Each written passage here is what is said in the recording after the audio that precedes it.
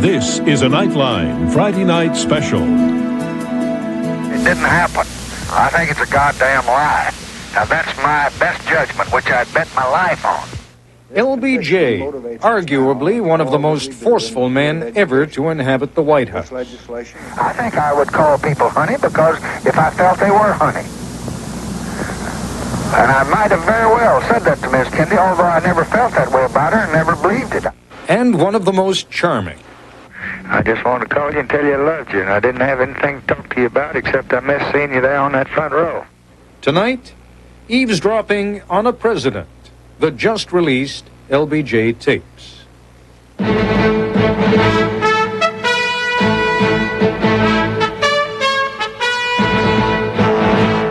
This is ABC News Nightline. Reporting from Washington, Ted Koppel. Lyndon Baines Johnson was, at one and the same time, the most single-minded, extroverted, cocksure, insecure, paranoid manipulator of men and women ever to sit in the White House. It is the stuff of rumor, legend, and biography. And now, once again, we have been given access to a new batch of audio tapes of his telephone conversations, which confirm it all beyond a shadow of doubt.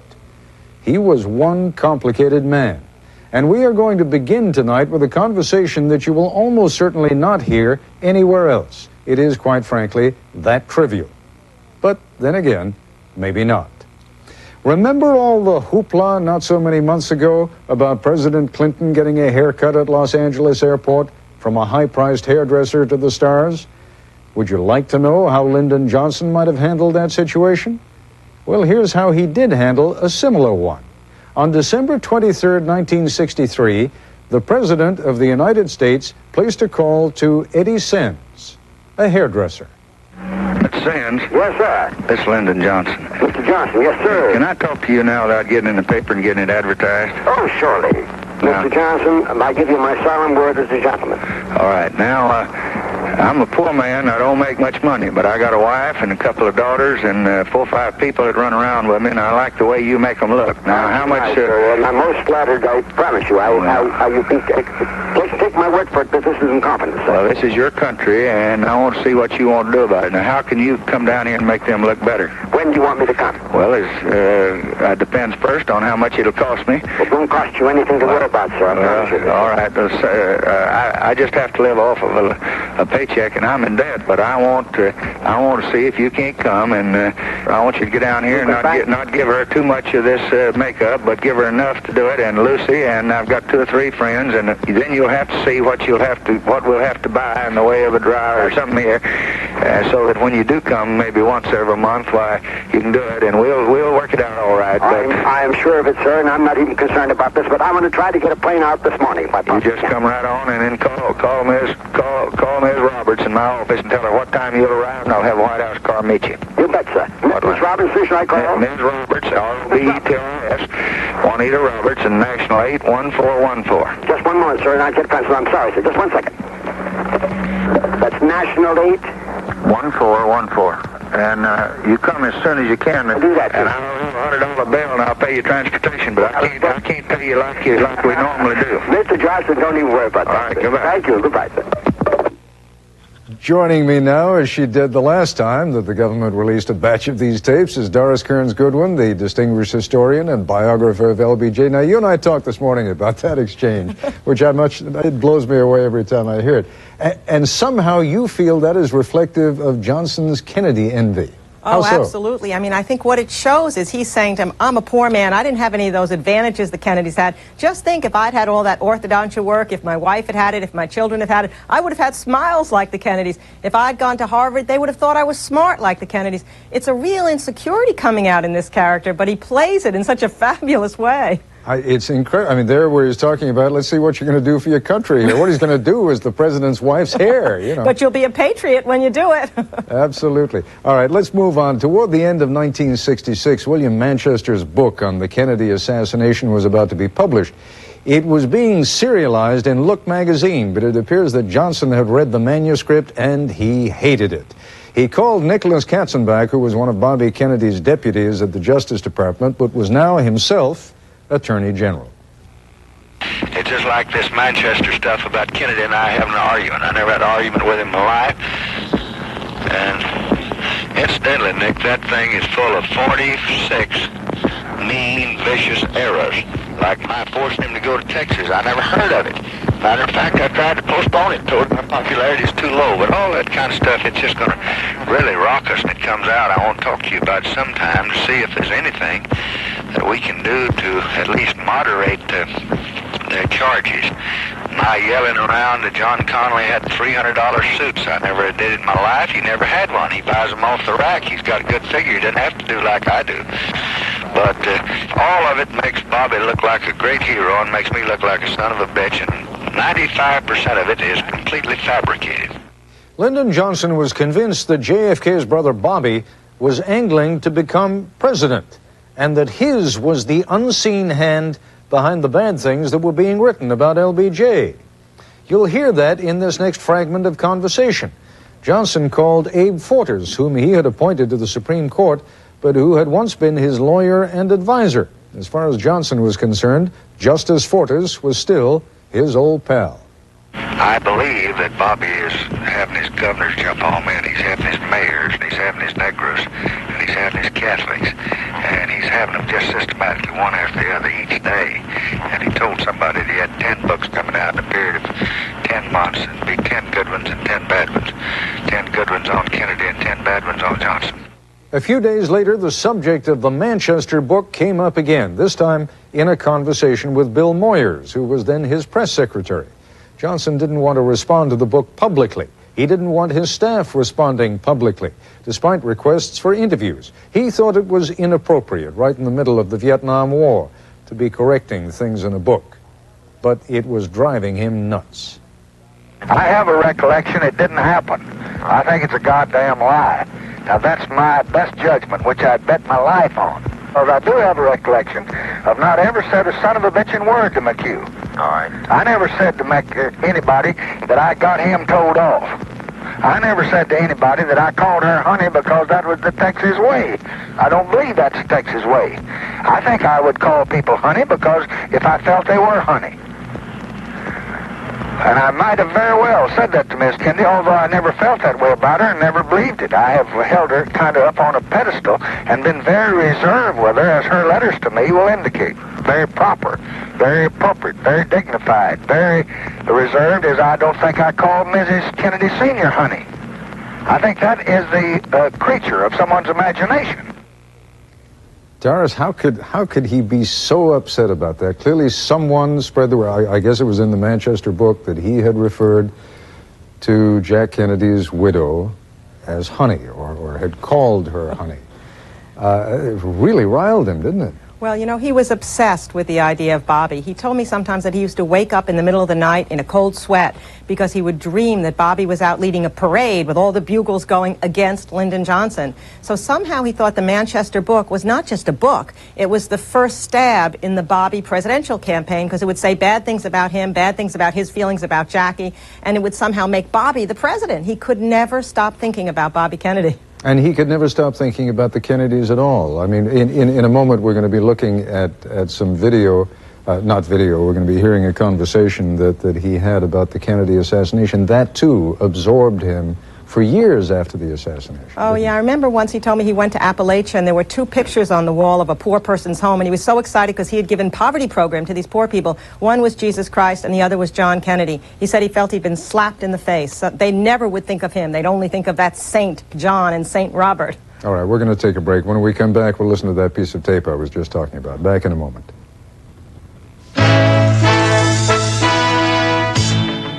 This is ABC News Nightline, brought to you by MCI.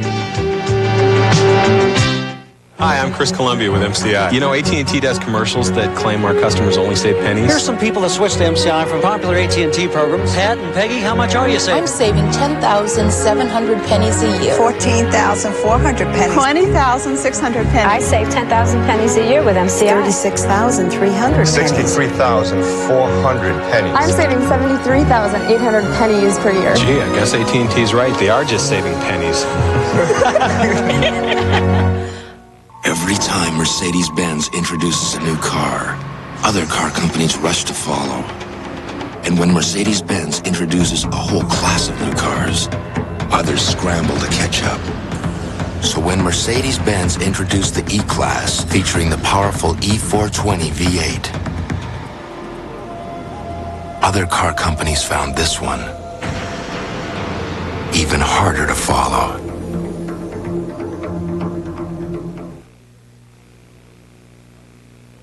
I'm David Brinkley. Isn't the world a mess? Bosnia, North Korea, and now Iraq with 26 dead?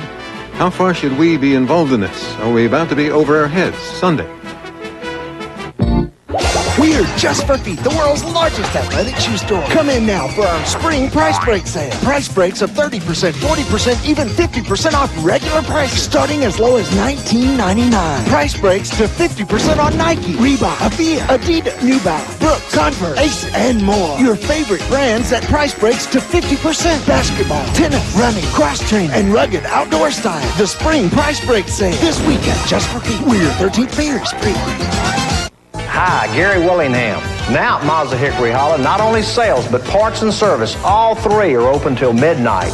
But if you need more time, call us. We'll meet you at 3 in the morning if we know you're coming. And you can buy your new 94 Mazda Protege until midnight for $0 down, $89 a month for the first 3 months. Any used car up to $79.99 is yours for $0 down and $49 a month for the first 3 months. And ask about our free vacation accommodations with your purchase. Mazda of Hickory Hollow. Call us now.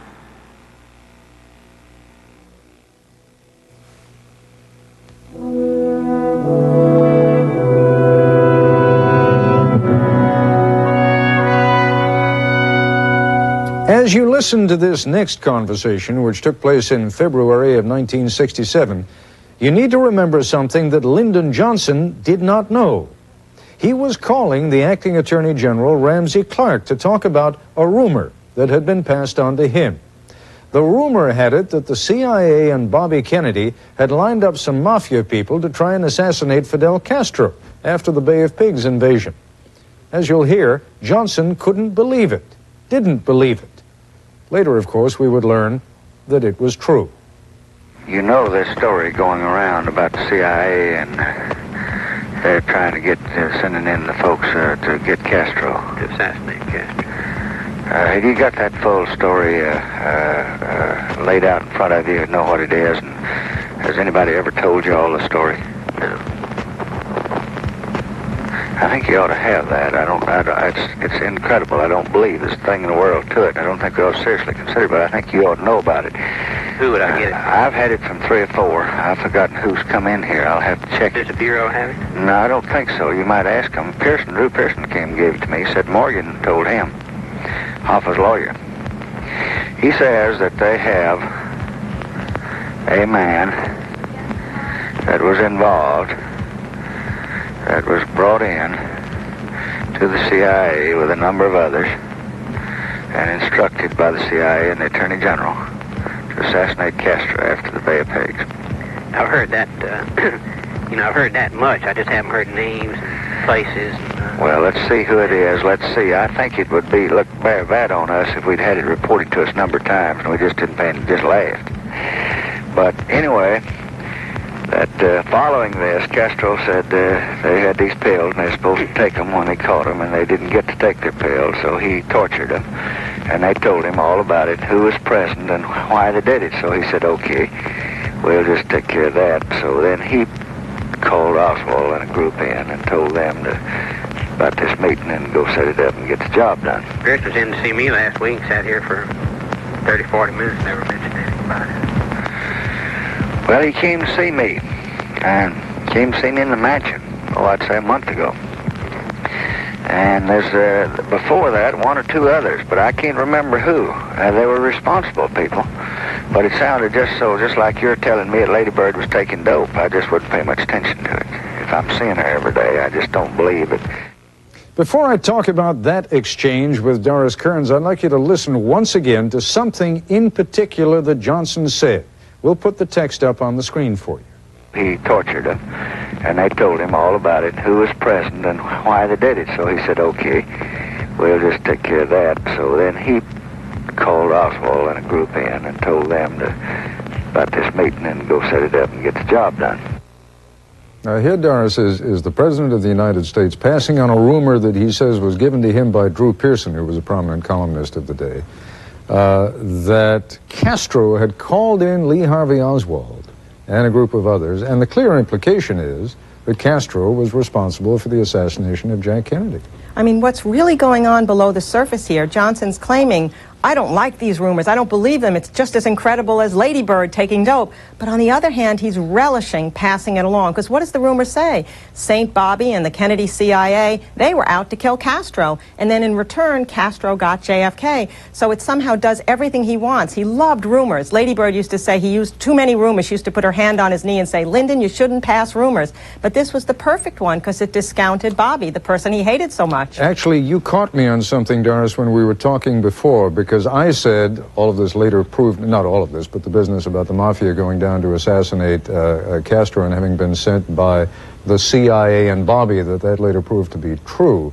Certainly the CIA part proved to be true. I'm not at all sure that that the business about the Attorney General, Bobby Kennedy, having played a role in that has been shown to be true. Do you know? That's right, but it hasn't been proved to be true at all. But the amazing thing is that later, Lyndon Johnson used to say, now at the beginning he's saying these are all rumors, I don't believe them. Later he'd say, I was never Murder Incorporated like Bobby Kennedy and his friends. He then later made the rumors into facts as if Bobby had actually done it. And he contrasted Bobby being the head of this group, Murder Incorporated, which he would never belong to. So that's what happens. He changes everything around. We're going to take another break. When we come back, and you'll probably enjoy this, you will see how Lyndon Johnson dealt with the press. Same way. Back in a moment.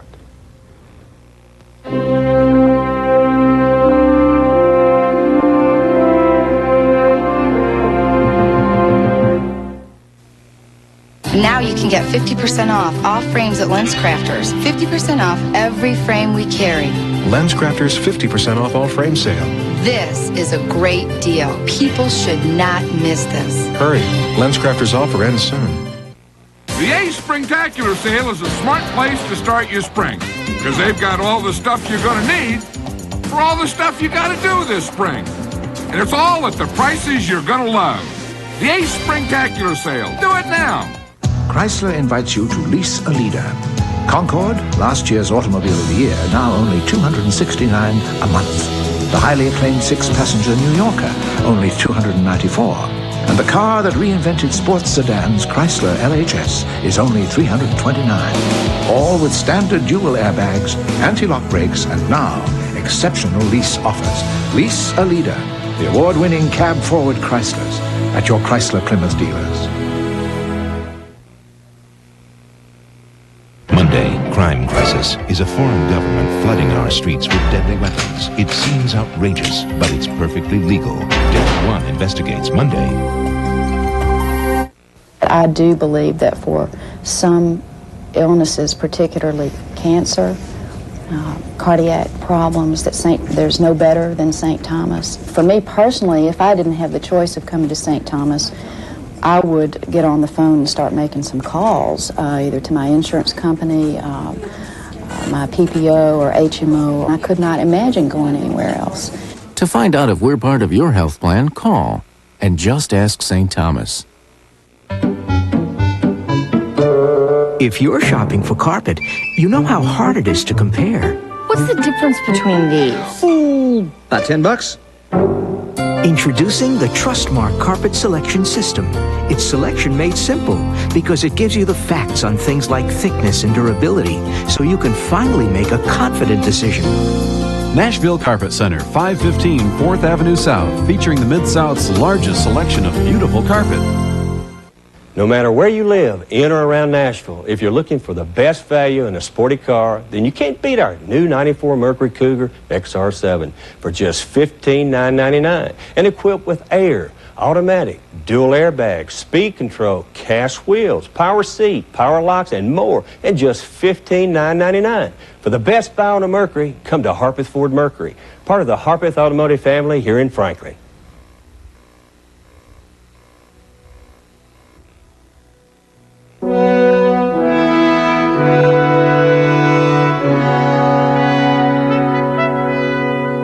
It would be nice to tell you that the only people in Washington immune to LBJ's strong-arming and sweet-talking were my colleagues. But the most distinguished members of the Washington press corps appear to have been just as susceptible to a call from President Johnson as everybody else in town. The most respected columnist of his generation was Walter Lippmann. Walter? Yes? Lyndon Johnson. Oh, how do you do, Mr. President? Well, I'm doing as good as I could under the circumstances. How are you getting along? Well, I'm getting along. I'm very satisfied with you, but you know it's a tragic business. Are you at home? I'm at home. Could I drop by and bum a drink from you? What's that? Could I drop by and bum a drink off of you? Oh, you certainly could. Come right along. All right, I'm going to leave here. Give me your address, Walter. History does not record just what it was that Lyndon Johnson wanted to discuss with Walter Lippmann, but we do have a much fuller conversation that was recorded the next day, December 2nd, 1963. The last time we played some of these recordings for you, I quoted from this conversation between LBJ and the owner of the Washington Post, Katherine Graham. Tonight, we have the tape. Hello. Hello, Mr. President. Hello, my sweetheart. How are you? Well, I'm fine. Are you? You know, the only one thing I dislike about this job is that I'm married and I can't ever get to see you. I just hear that sweet voice and it's always on telephone. And I'd like to break out of here and be like one of these young animals down on my ranch, jump a fence. Now, that's going to set me up for the month. In fact, it was Mrs. Graham who wanted something from LBJ. She was inviting the president to speak at a gathering of newspaper publishers in New York. Who else is speaking? I don't want to get in a debate with Goldwater or Nixon or somebody. Have anybody else? I'll think it over, but I think I will. I wouldn't hesitate the slightest if you had Phil here. If you just go up and have him, get him, bring him back where he can sit in and advise with me a while. Phil Graham, Katherine Graham's late husband, had committed suicide. LBJ was reminding Mrs. Graham how close he had been with her late husband, how Phil Graham had drafted speeches for Johnson. He'd sit down and write in longhand in 30 minutes what we're going to do, and after talking over and fighting about it and arguing, why, we get it. I don't find anybody that's that easy with me anymore. Eventually, and this was a long conversation, Johnson got around to delivering his own message, his own little request. There had been a lot of stories in the Washington Post about sex scandals involving Senate pages and other stories about a close former aide to Johnson, Bobby Baker. Now, somebody has got to, instead of just writing the stories about how the pages live, or about Bobby Baker's girl, whether he had a girl or whether he didn't, is not a matter that's going to settle this country. But whether we have justice and equality is pretty damned important. So I'd like for them to be asking these fellas, where did you spend your Thanksgiving holidays? Tell me about it. Was it warm and nice? And write a little story on it. Johnson, in other words, wanted the Washington Post to focus a little on congressional vacations at a time when the president needed those congresspeople working on legislation here in Washington. I don't care what you cover in the sex route, but let's cover some of these folks' vacations, and not in a mean way, but just point out that the society of people say they spent them out here, and that they surely do hope that they'll take off for Christmas Eve and Christmas if they need to, but that these things haven't been done, and we paid them to do them.